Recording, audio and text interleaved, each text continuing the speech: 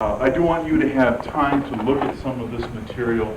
As we go through, I'm going to point out some very, very good core material for you to use for developing yourselves and for developing what you would need to do to teach this. Are there textbooks that address this? Yes, there are. Are there enough textbooks that I think address it in the proper way? No. Therefore, I think that all of us who teach science from the Christian worldview perspective need to develop ourselves well. In fact, we need to develop ourselves better than those who are our counterparts who are teaching evolutionary science.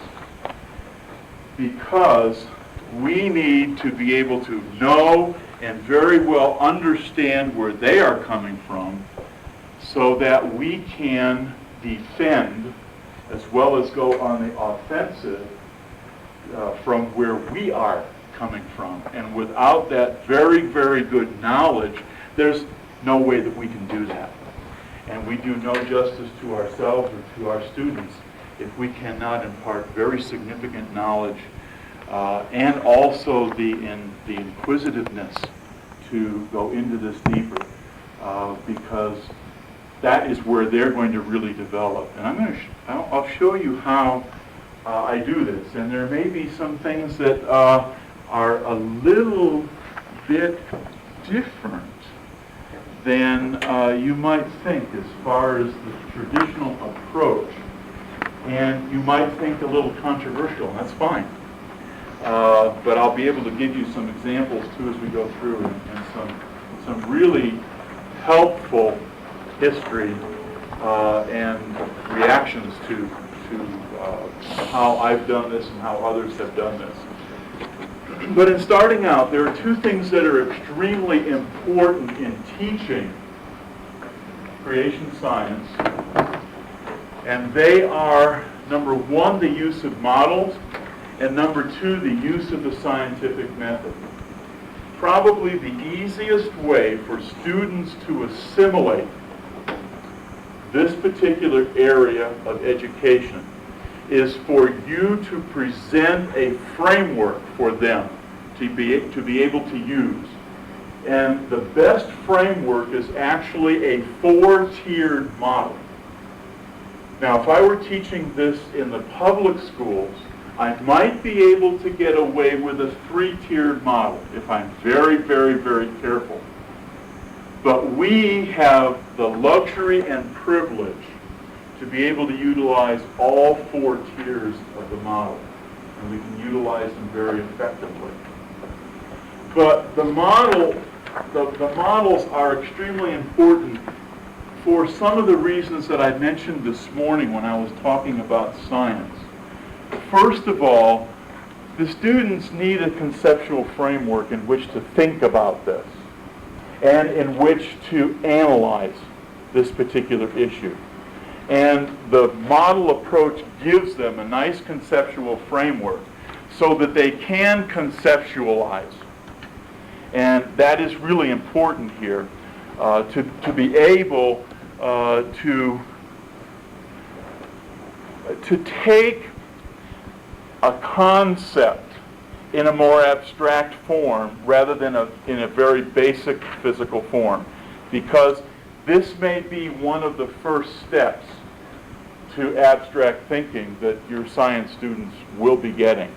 And it can start to occur actually on the junior high school level, but I'll be careful to draw a line as to how far you really should go on the junior high school level, because the abstracting is something that is a step away from the grammar, definitely into the dialectic. There's no doubt about that, and possibly actually even into the rhetoric, because we're applying some reasoning to this. So it may be too advanced to go too far in the junior high school level. Do I recommend starting this in the junior high school level? Absolutely. I really do. When you really start to talk about the grammar of the physical sciences, this needs to be introduced. And you can introduce on a very introductory and simple level, you can actually introduce the 4 models. The most important thing to introduce, especially on the junior high school level, is the second concept. In addition to the 4-tiered model, you really need to start teaching the scientific method. In actuality, the scientific method is our best friend. Because when you understand the scientific method, and I gave you a much more detailed sheet that defines the scientific method kind of painfully. And I'm going to give you some, you'll see it in the packet here, some more detailed sheets on each of these 4 models. I'm not going to go into all those 4 models in that detail and teach you them, but they're there so that you can go into the literature, some of the basic literature, and you have a framework yourself to determine the minimum you need to understand well in each of the models, to be able to use the models to teach the Christian worldview. But the scientific method is absolutely critical to scientific thinking. And when the students get enough of an appreciation of the scientific method, they will be coming back to you with comment after comment after comment as to why are the scientists who are not creation scientists not using the scientific method. And that is what you want. Because they are not. They have abandoned true science. And in fact, it is a critical crisis in science today that is very well written up, by the way, in chapter 14 of the Becca biology book. Very well written as to what that crisis in science is today, the abandoning of the true scientific method.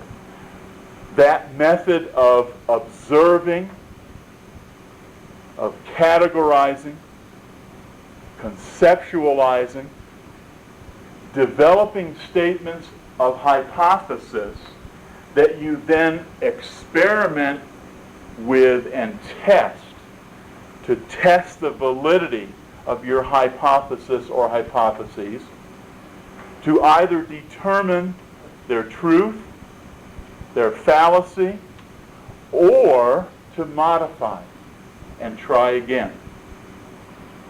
And the students, especially starting at the 9th grade level, can assimilate the model well enough to be able to recognize in the literature that the evolutionary scientists are not following the technique that modern science is actually based on.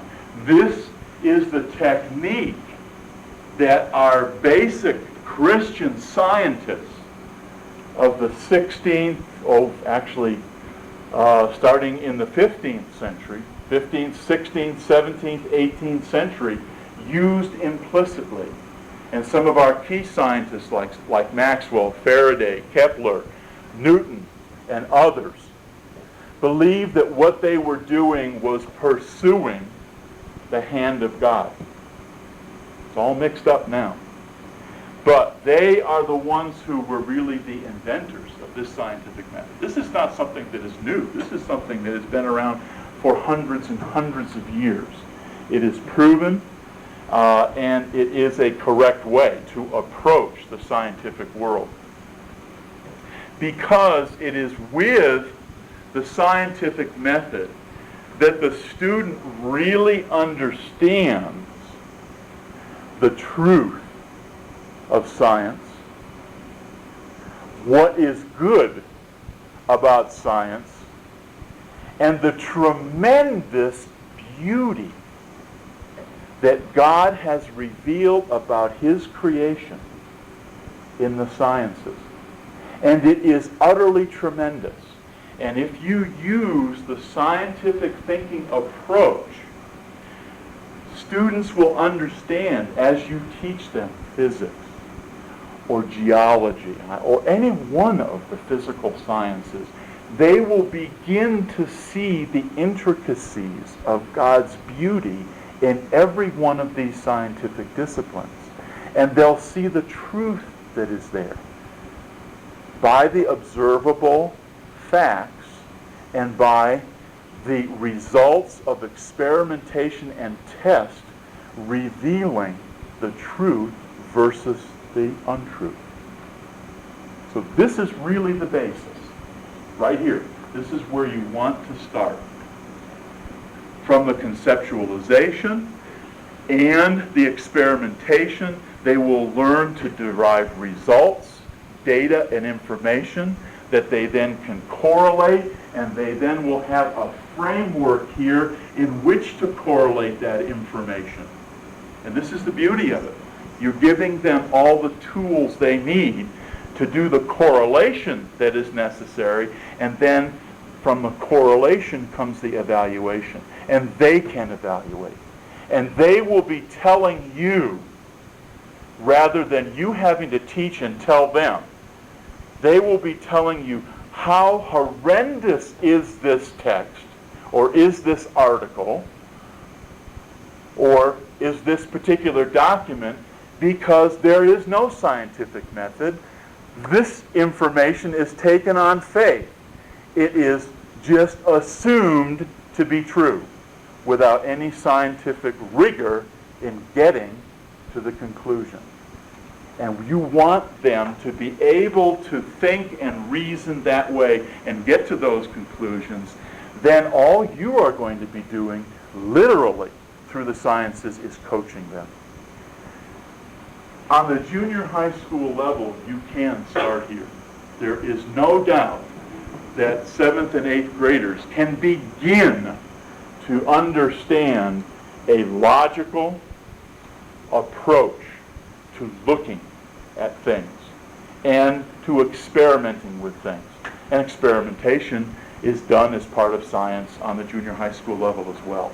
So you can definitely start here and encourage a logical, progressive, orderly way to look at the scientific facts around you and then experiment and draw conclusions from that. All right, let's take a step into these models. There are 4 specific models that I want to talk about. You notice on this slide I only list 3 of them. These are the 3 that you might be able to get away with teaching in the secular and public schools. You still have to be very, very careful about the bottom 2. The 4th one, we have the luxury and the pleasure to be able to deal with without any problem. And we'll get to that after I go through these 3. Now I'm going to say something that may be very controversial, because the first thing you see up there is the evolutionary model. Why in a Christian school, teaching the Christian worldview, do you want to get into a discussion of evolution? Well, you really want to. If you don't, you are doing every one of your students a tremendous injustice, because they need to know what they're up against when they go out into this world. And they are going to encounter it, and they're going to encounter it right away. They're going to encounter it while they are in high school, because they're going to be reading articles outside. They need to understand that better than the evolutionists themselves understand it. And you can get enough information from the materials and list of stuff that I have so that you can give them all that they need to understand the bases of the evolutionary thought. I go no farther, although I always make mistakes in it, we all do, of saying the evolutionary hypothesis. Actually, in true scientific terminology, you cannot call something a hypothesis unless it is testable. Not tested, but testable. And unfortunately, the evolutionary dogma, and that's really what it is, faith, is not testable. Neither is the creation approach testable. Therefore, we're in a dilemma. Both are taken on faith because they cannot be proven, since we, if we look at the world from a Christian perspective, cannot go back other than in God's Word to something physical to test and experiment with. Most of it's not here today. There are some things that are, and you can learn about them, and they give us great indications of where the data actually matches better. Which model does the data match better? And that's where we go. We can't prove it, but we can stack up data and information and observation and show tremendous weight in our direction, but we can't prove it. So neither are really hypotheses, because they are actually not testable, but they're called hypotheses. But try not to call evolution a theory, because a theory is a hypothesis that has been tested and shown to have validity, significant validity. And neither of these are testable to that nature. So they are no more than hypotheses. They really are faith statements, and they take faith. And I personally think that evolution takes much more faith to believe in than does the Christian worldview. I don't see how anyone in any kind of faith can believe what they believe. And I'm using that word specifically because it is a matter of belief. It definitely is taken on faith.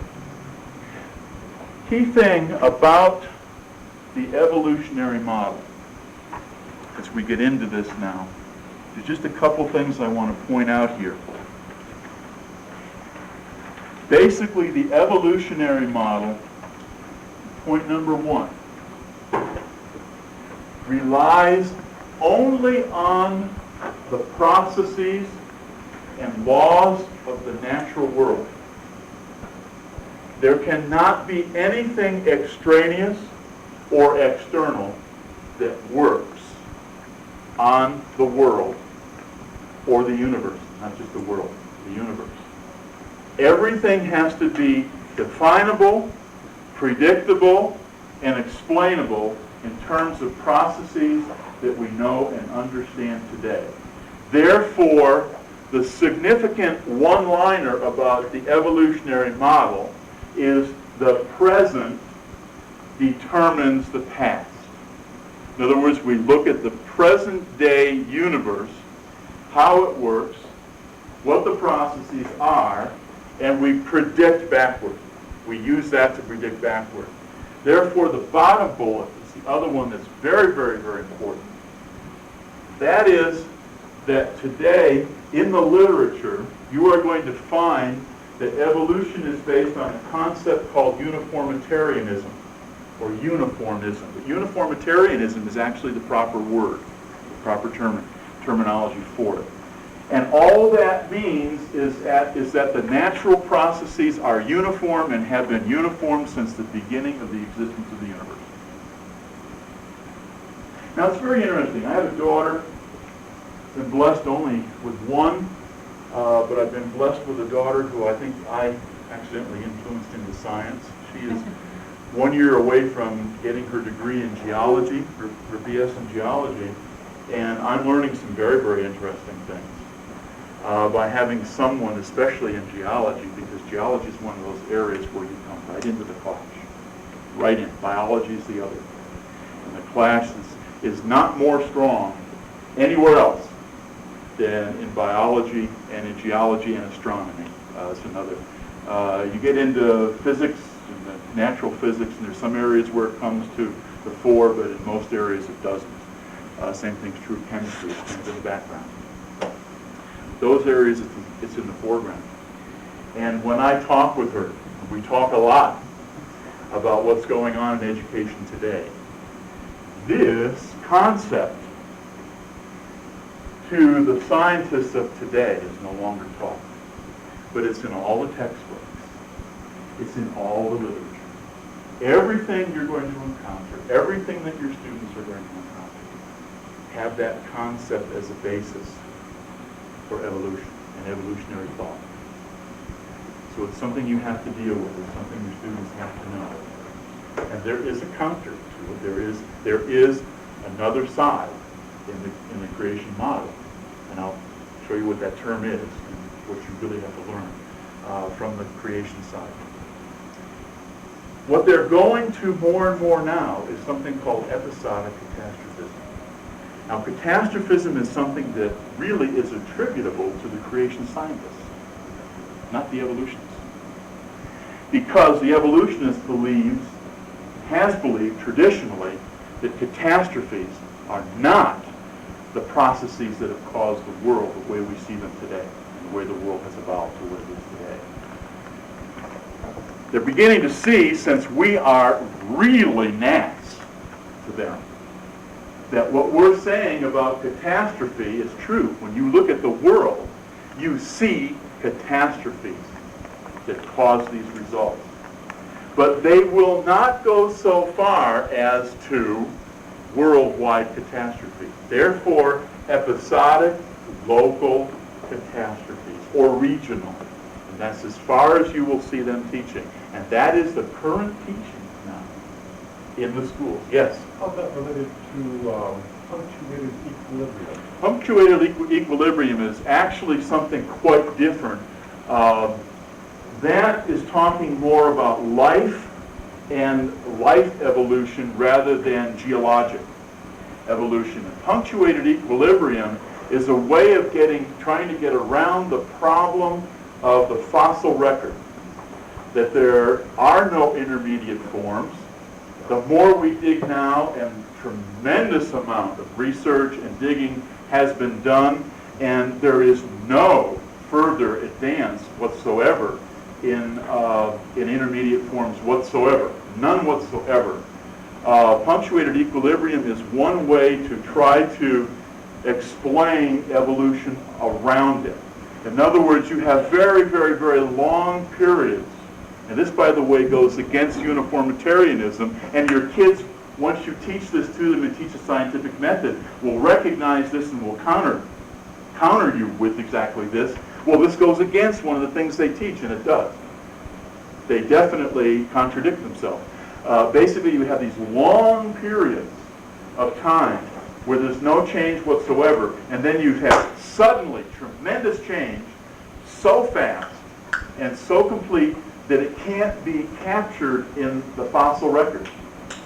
And that is when the major steps in evolution occur, where there are the missing links. Now, and that's how they explain the missing links away. The other one has actually been introduced in cartoon, and that has to do with the something monster. And that's actually worse than punctuated equilibrium, in that what that teaches is that in one generation, a parent, and let me use a dinosaur, let me use that as an example, lays an egg and out hatches a bird. The hopeful monster, that's it. The hopeful monster hypothesis.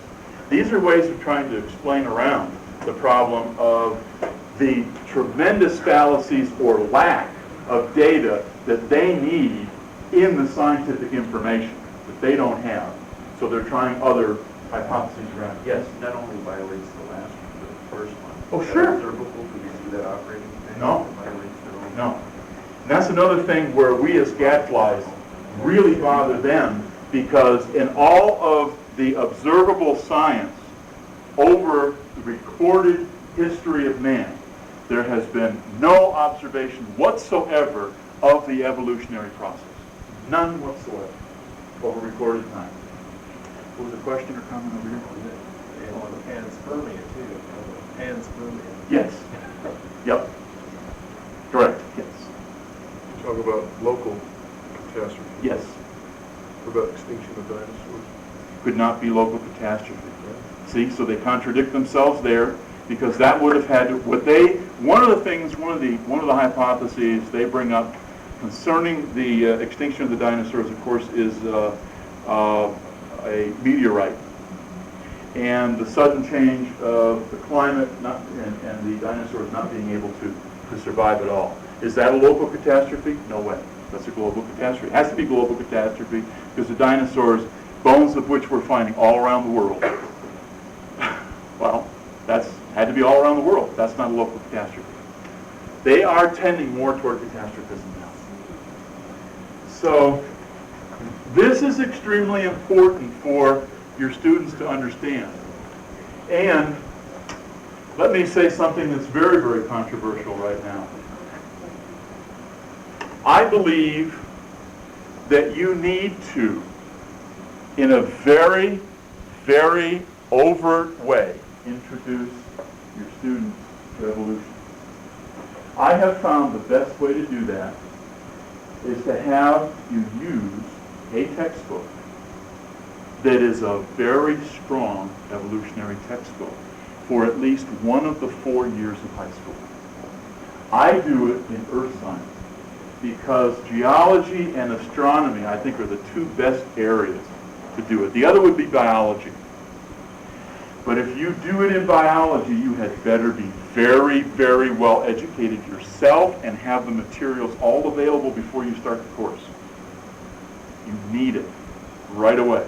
In geology, well, you do too, but you don't need to be quite as much of an expert. But in geology, I use a textbook. It's actually a college textbook for earth science. It's used for first year earth science on the college level or high school AP earth science.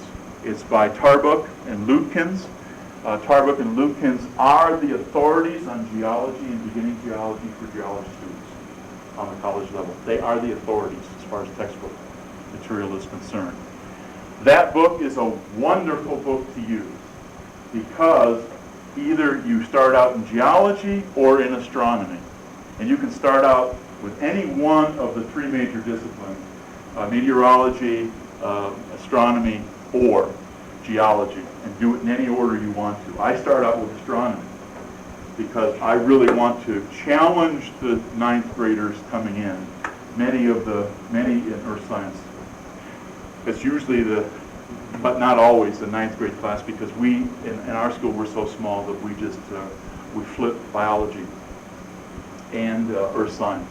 Been lucky so far that the larger classes have been able to get the earth science in their first year. And I challenge them to abstraction by going into astronomy first. But you also challenge them with the origin of the universe. And I think that's a wonderful place to start because when they understand the evolutionary model and the creation model from that point of view, the rest of it all falls out very easily. But you have to augment, you have to bring materials in. But that is the true classical educating approach. The instructor is the source of material, not the textbook, not only. You need to bring in lots of additional materials, and all of the basic material is right here in front of you that you need to learn and need to be able to draw from. But I recommend wholeheartedly and very strongly that in one of the 4 years, you definitely use an evolutionary textbook. Because if you teach them the scientific method, if as you introduce, let's say it's astronomy, you introduce the origins, and you introduce the evolutionary model, the origins model of the universe, and you introduce the entire scientific creation model, which I'm going to get to in just a moment, and you do it in a framework of the scientific method, I have found that within 1 semester, the students will be coming back to you, and they will be saying, bringing the textbook up to you and pointing at phrases here, there, and everywhere, and saying, isn't this horrendous? Because there's no fact here whatsoever. This is just assumed to be true. And they recognize it. That's what you want. You are beginning to teach them to reason. You are beginning to teach them to look at scientific material with a very objective eye and not just accept everything that's printed on the page. And that's what you want. That's what you need. And the models here give you the framework in which to do that. So at least 1 year. Get yourself prepared. but at least 1 year. Do that. And then they will also learn the evolutionary model better, because they will see it. When you set up the contrast and the scientific method, they will begin to see and they will begin to learn themselves without you. They're going to come and tell you, without you having to just tell them and teach them in class. They are going to be pointing the fallacies out to you. And that's wonderful. That's really the way you want it. You want them reasoning. So you're taking them from the grammar through the logical process of sifting and putting together to the rhetoric, which is reasoning. You need to do that. And you've got to do that in each of the sciences as you introduce them, because you're introducing a new language, so they've got to know the grammar, they've got to know what all the definitions are, they've then got to know how to correlate all of this. How does it fit together? I give you a bunch of definitions about stratigraphy, which is strata, the deposition of strata. And then we talk about mountain building. These are different things in geology. You've got to bring them together. That's the dialectic. And then they start reasoning about this. And they can reason about the models at the same time. And it's a very, very effective approach. Maybe, as I said, controversial, but it is really a wonderful way to get the students to begin to recognize this actually on their own. You will not have to be teaching it as such. You'll be coaching them and keeping them down in their seats from getting very, very worried about this one. Yes, I do when we have our first parent meetings. But I had one case 2 years ago where a parent saw the textbook the first day that the student took it home, and the father came in and just was wondering, what in the world are you doing? And when I took the 5 minutes to explain to him, he said, this sounds wonderful. And within a quarter, in other words, a half a semester, he came back again and he said, what you're doing is unbelievable. So it works, but yes, you be ready for that. If you don't have the chance before school opens, and when you hand a textbook out, be ready to get that coming in. I see it as an opportunity to educate parents. Oh, absolutely. It really is. I know in this family it worked very, very well. Absolutely. Yes, it really is. Because many parents don't really know where they stand. They haven't really thought about that, especially Christian parents.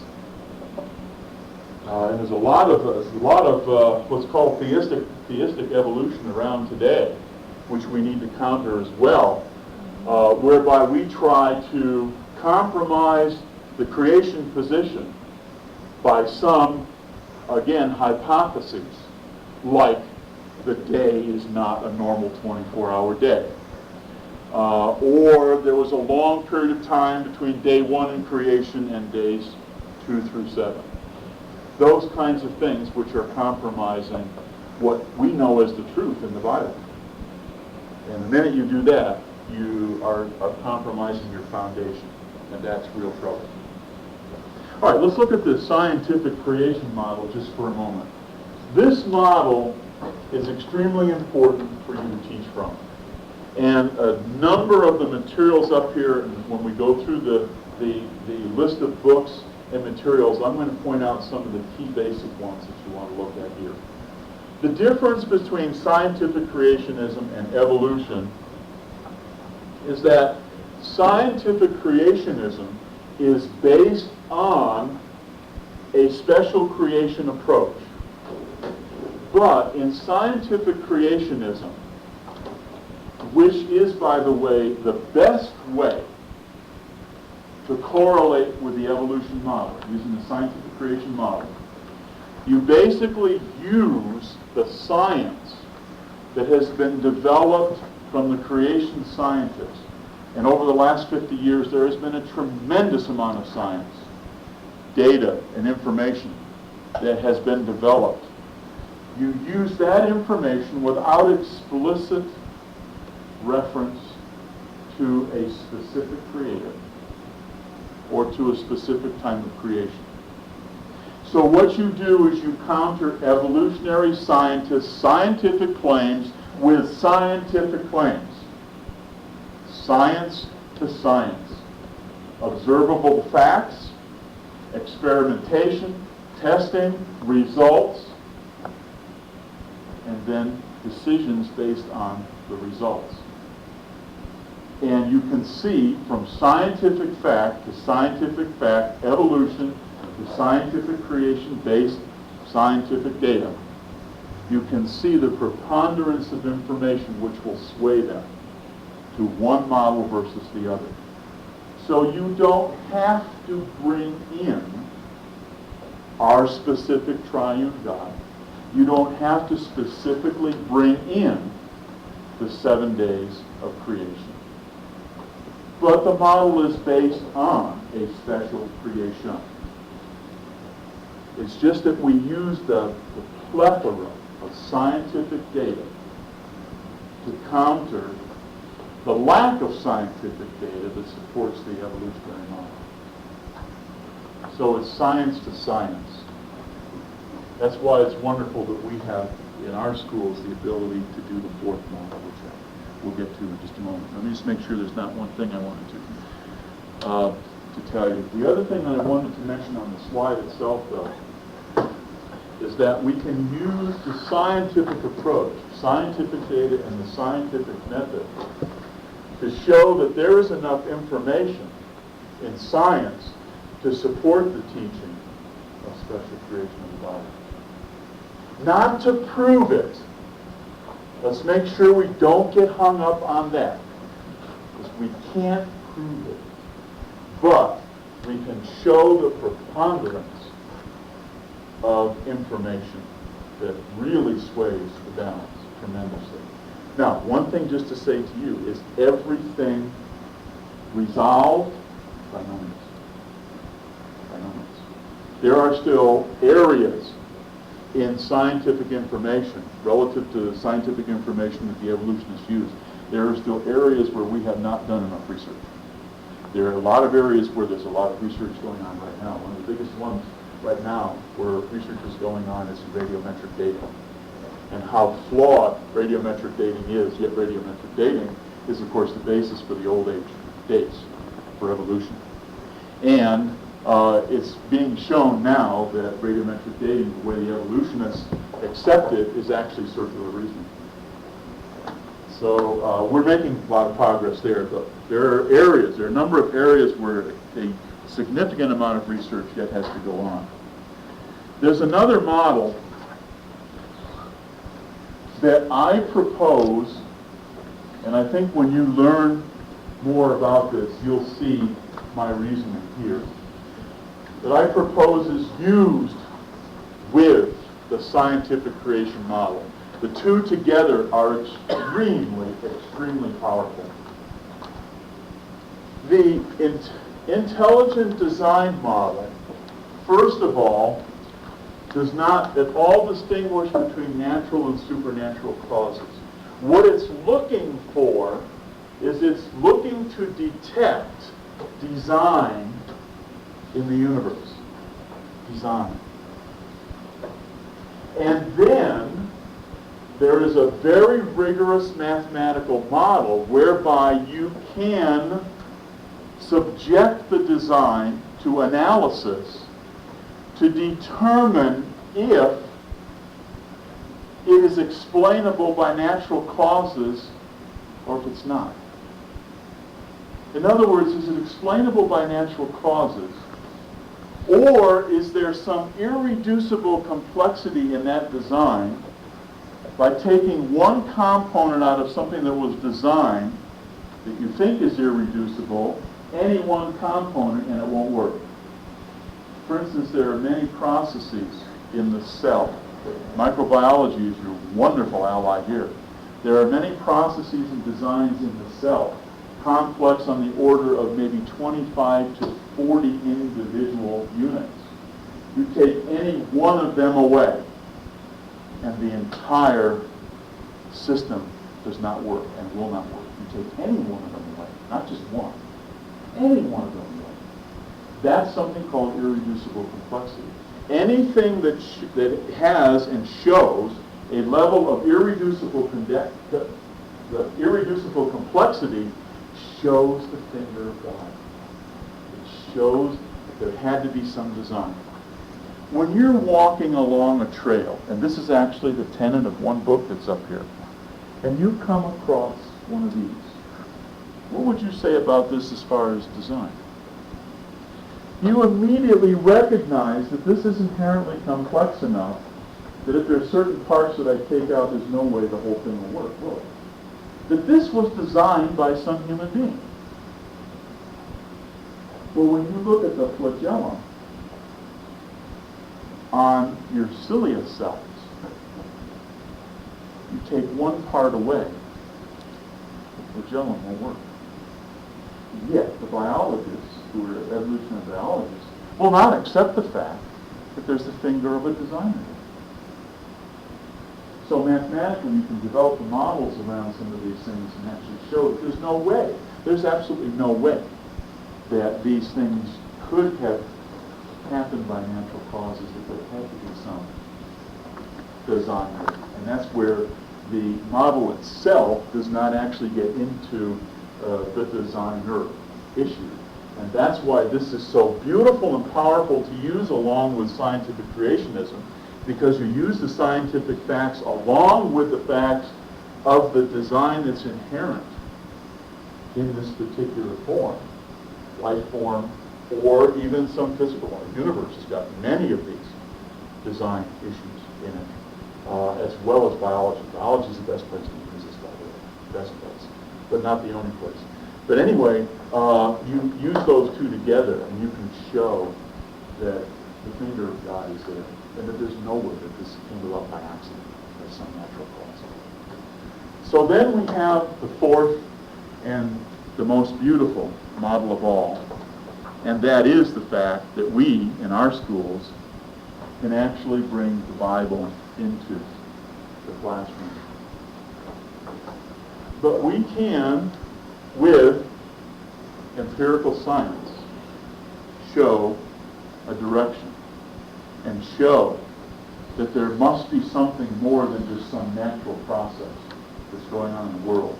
And we can then explain these things in terms of biblical creation. We can also correlate with scientific creationism information and data. We can correlate the world to many, many, many of the events of biblical science, in other words, of the science that's in the Bible. The worldwide flood, the great catastrophe. The world bespeaks of that. Absolutely. And we can begin to show those things in the biblical context as well as in the scientific context. But you have both. And for science classes, you need to appeal to the scientific point of view and to the scientific concept, because you're trying to teach them a scientific approach to looking at the world, so that they have the ability in their life later on to go out and look at the world themselves and to be able to look at it scientifically and draw conclusions from it. So any one of the disciplines that we teach, they're getting enough so that they can look at the world from their objectivity, the objectivity that you have given them, the ability to develop an objective, a relatively objective approach. And then the nice thing is you correlate it so that they can see that this really is all explained by God in His marvelous book of Revelation to us. It's all right there. So it's really beautiful. It works very, very well. And it really helps the students to think. The last thing is something that you're definitely going to get into. There are a significant number of related issues. One of them you see up here, we talked about already, uniformitarianism. On the creation side, we have something called catastrophism. Instead of episodic catastrophism and local catastrophes, we talk about catastrophes of a worldwide as well as regional and local level. And that indeed many of the things that we see in the world today and in the universe can be explained by global catastrophes. So that issue is one that your students are going to have to be able to deal with and understand, because these concepts are very important, and they are in the literature. Another one is probabilities. There's some wonderful works on probabilities. There are two I've got here that do a little bit of introduction on it. This one is very, very good, and is almost a whole chapter in this book. And you can deal with what's observed in the world on the point of view of probabilities. And actually, you can see that the probability of DNA molecule coming together is so much less probable than a tornado going over a junkyard and creating a 747, that there is no possibility whatsoever that it could ever happen. And you don't have to appeal only to intelligent design for that. So this is there's beautiful resource materials in these two books, Scientific Creationism and Origins, Creation, or Evolution. Probabilities is something that you can actually appeal to on the junior high school level rather effectively. It's not, to the degree to which you have to go into it, it is not high enough mathematics that they will not understand it, at least to some degree. It's something that is very readily assimilatable, and especially in the way that this book approaches it, because this book can be used on the junior high school level. It's a very, very good book for introduction. Origins, Creation, or Evolution. And it is in your bibliographical list. But I want to point out the ones that are most important to you. Let's see, there are a couple of others. I would not avoid the problem of cosmologies. In fact, I would recommend that you get into it, especially if you teach earth science. In an earth science, you have to deal with astronomy.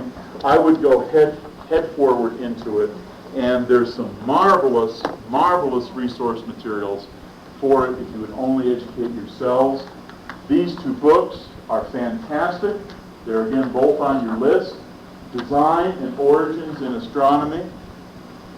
This book number 1 right here, the first book published, is all you need to really start.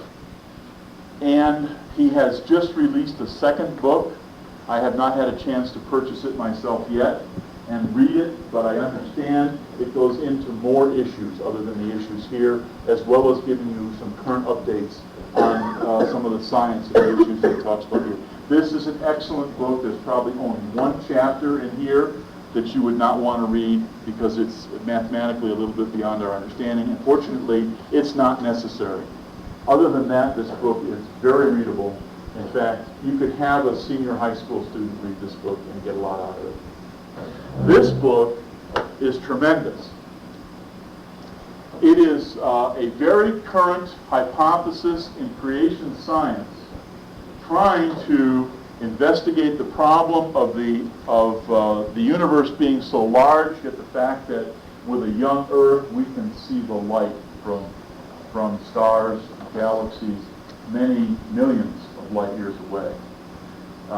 He has one chapter in the appendix that I would recommend that you skip. It's the mathematical model. Again, he does a word model of this, and he does a very, very good job here explaining it. This is extremely good in answering, or potentially answering, because it's only a hypothesis. It's something that a lot of creation scientists are working on. He's gaining a lot of momentum on this. So this is a current issue in creation science, but a very, very well done, short, very readable book, very understandable book. There are two others, but I would say those two are the best. This is another one on the origin of the universe. It's very straightforward. There's another one here on the solar system, the age of the solar system. A lot of this you can actually get in the first book, the Molfinger book, in Origins, and you don't really need to read this one. But they are all good books. So that's another area. The area of radiometric dating is very interesting and a very current and hot topic. This is probably one of the best, more technical books on it. There is information in scientific creationism on this issue, a lot of good information in here. This will give you more information though. It's a technical paper, but it is not an unreadable technical paper. Very, very good paper. There is one other issue that is extremely important for you to address, and that is the geologic evidences for a young Earth. There are many evidences that the creation scientists and the evolutionary scientists who are just burying the problems see that cannot be explained in the context of an old world, a 4.3 billion year old world. Many of the scientific studies have brought together data that shows that the world is between roughly 5 and 100,000 years old and cannot be older. Most of the data showing that the Earth is probably between 6 and 15,000 years old. And that gets very close to the biblical chronology. This book is absolutely invaluable for you. Has a very good chapter on biblical creationism, as does the scientific creationism book. And it has a wonderful, wonderful development of the young Earth issues and the science that they have discovered around it. Very good work in here also on radiometric dating. Goes into a number of the controversies in the Grand Canyon in radiometric dating. For an application area, there's no better area to talk about and to work with your students in the Grand Canyon. This is a wonderful book to help you to point at certain things in the Grand Canyon as examples of number one, young Earth, and number two, the scientific creation approach as opposed to the evolutionary approach. This really pokes tremendous holes into the evolutionary approach. There are some people who prefer what is creation science to scientific creationism. It addresses the same things, has a good chapter on evolution, does also, in the last chapter, address biblical creationism directly, but it does it in a different way than scientific creationism. Both of them are very good. You may find this one easier reading than this one. You may find, as I have, that I really like this one better. It's just, again, it's personal. Another one that goes into one aspect that these books cover that is really part of your basic reading is a newer book. There was an older edition. The newer book is called Evolution, the Fossils Still Say No. This goes into the fossil record. So it's both geologic and biological, and it addresses it very well. And it addresses it in the context of newer data that has been discovered. This is an outstanding book, and it reads very fast. At least someone like myself, I almost can't put it down. It reads very, very fast. Then for intelligent design, a nice classic, very readable book is How Blind the Watchmaker. It's a classic. Another one is Darwin's Black Box. The box he's gotten himself into and how intelligent design can explain the situation much better. And then there is one that's on your list that I don't have with me, and let me tell you which one it is. It's very, very good. And it's an updated book. It's William Dembski's No Free Lunch. Came out in 2002. I'm sorry I could not find the ISBN. If I had a book, I'd be able to give you the ISBN. That one is better than his original book, Intelligent Design, because it's been updated. So if you're looking at the two of them, go for No Free Lunch, because it's updated. It's definitely better. There are video materials that are out of this world. There are 3 of them that work from the intelligent design and scientific creation model that are especially good for biology. They are these three. And I would recommend that anyone teaching biology use all three of these. Icons of Evolution is very good, and what it does, and these are biological icons of evolution, and it very, very nicely shoots down these basic icons that evolution is built on. Very, very, very good video. The next one, and there's a new video out here, a second video in this series, Incredible Creatures That Defy Evolution. This is wonderful. And the second one is even better. So these are very, very good.